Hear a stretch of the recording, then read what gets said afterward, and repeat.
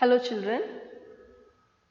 Last video we studied about water, one of the basic necessities for life to sustain properly. We learned about the different forms of water. The water that we get to drink or for our uses, is it pure? Do you think it is pure? Not at all. We are not able to get pure water anywhere because everywhere it is polluted.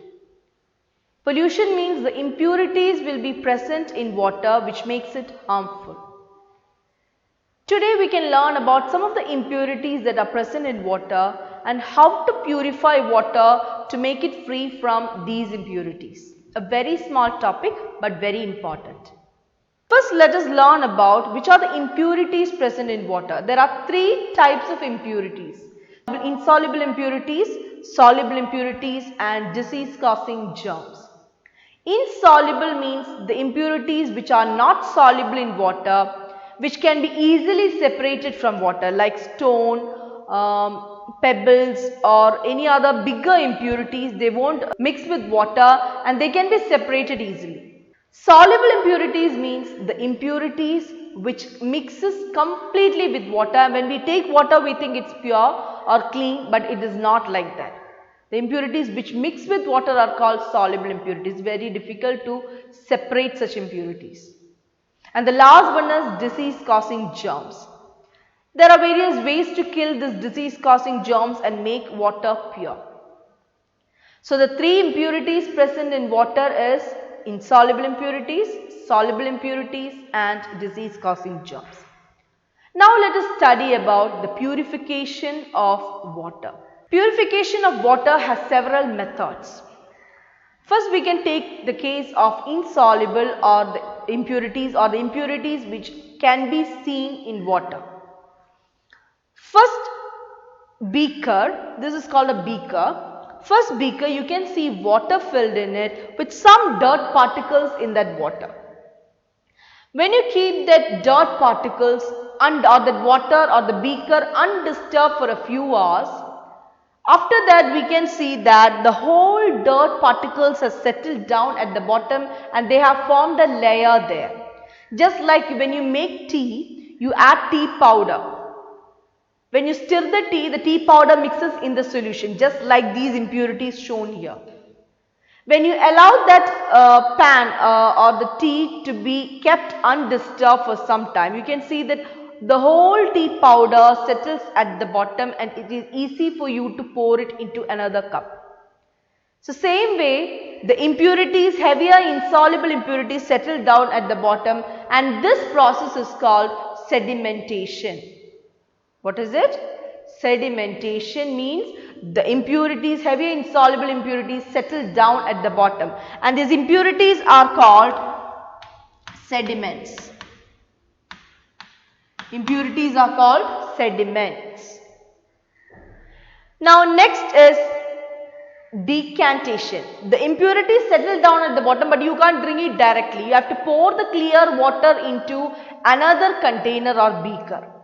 This process of pouring off the clear water after sedimentation is called decantation. You can see that into a new beaker after sedimentation the sediments are left there and the water is poured. So sedimentation and decantation helps to remove almost all insoluble particles or impurities in water. Another important process is filtration. Filtration cannot be done with this apparatus in our house, but using a cloth, a clean piece of white cloth and all, you can do filtration. In this filtration, you have a funnel-like thing. You have seen this funnel in your house. Funnel-like thing, and inside that you will fold a filter paper. Filter paper is a special type of paper. It does not become wet like a normal paper when you pour water.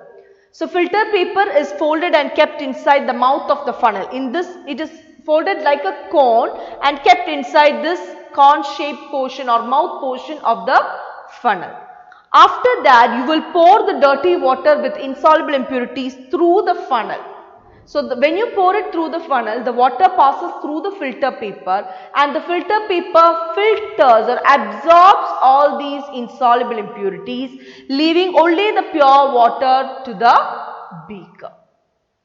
So this is called filtration. This is also a method of removing insoluble impurities in water. So insoluble impurities can be removed by three main methods. Which are they? Sedimentation, decantation and filtration. Soluble impurities are much difficult to separate. There is a process called distillation that you will learn later. Distillation is a process by which we separate soluble impurities in water. But even though we conduct all these processes, still water will have some kind of dirt and germs. So to make it completely pure, we have to follow certain methods so that we can use pure water. Let us take a look what are those methods. First one is chlorination. Chlorination is the process of adding chlorine to the water. The water that we get from the tap water that we get from the water authorities and all, that is mixed with chlorine. Chlorine has the ability to kill germs. So this chlorine is added into water in a definite amount, and after that is supplied to the different places. So after a flood or some natural calamities, we can see that the chlorine smell and taste will be more in the water that you get. That is because more chlorine is added, especially after flood, more chlorine is added in order to kill the germs, because during flood the whole water gets mixed. That means water from drainage, wastewater, drinking water, everything gets mixed together. So there is a chance for getting diseases from the germs that is present in this drinking water. So in order to prevent that, more chlorine is added. So adding chlorine, the process is called chlorination. It is done to kill the germs to some extent in the water that we get. Second one is adding bleaching powder. Bleaching powder, same effect, it also kills the germs. Third one is adding potassium permanganate to well water. You might have seen in your house a purple color, violet colored crystal like thing. It is mixed in a cup of water to make a solution of potassium permanganate. That is potassium permanganate solution. And that solution is poured into the well water to make it clear. After all these processes like sedimentation, decantation, filtration or chlorination, adding bleaching powder we normally don't add it for drinking water. To drinking water, that is not good. Then adding potassium permanganate to well water and all. After all these processes, there will be still some germs and dirt in the water. It will not be pure for drinking yet. The best way to purify water or to kill the germs in water is to boil water. That is the best way. Always try to drink boiled and cooled water. And one more thing is available nowadays, that is water purifiers or water filters. That also kills almost all germs present in water. They argue like that they kill almost all germs present in water. So that can also be used to purify water, but even though you take water from water filters, it is better to boil it, because that is the most important method or most useful method of killing germs in water. Always drink boiled and cooled water. And one more important thing that we have to keep in mind is, after boiling and cooling water, don't go and store it in a very untidy container or unclean container, dirty container, because that can add germs into the water. So better boil water, cool it and store it in a very clean container and keep it always covered. Don't give a chance for germs to enter into that drinking water. Let us be safe. So with all these methods, you can purify water to almost 99%, and always try to drink boiled water so that we can be healthy. So we learned about air in this chapter, we learned about water, and we learned about the climatic conditions that is happening around us. I hope everything is clear for you. So read your textbook and make it more thorough. Thank you.